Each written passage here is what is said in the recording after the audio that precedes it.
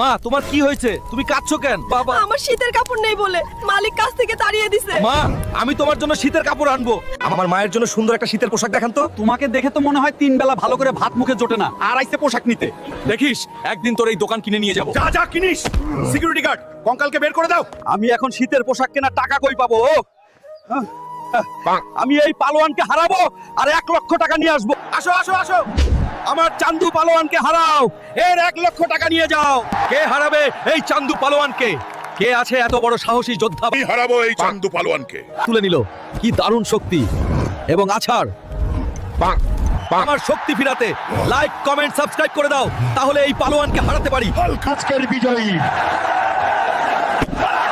হালকা। এই ধর 1 লক্ষ টাকা আর দোকান থেকে চলে যা। স্যার আমার ভুল হয়ে গেছে, আমাকে ক্ষমা করে দিন। পরের বার, এখন যা। এই নে মা তোমার শীতের কাপড়। তুই আমার সোনার বাবা, আমার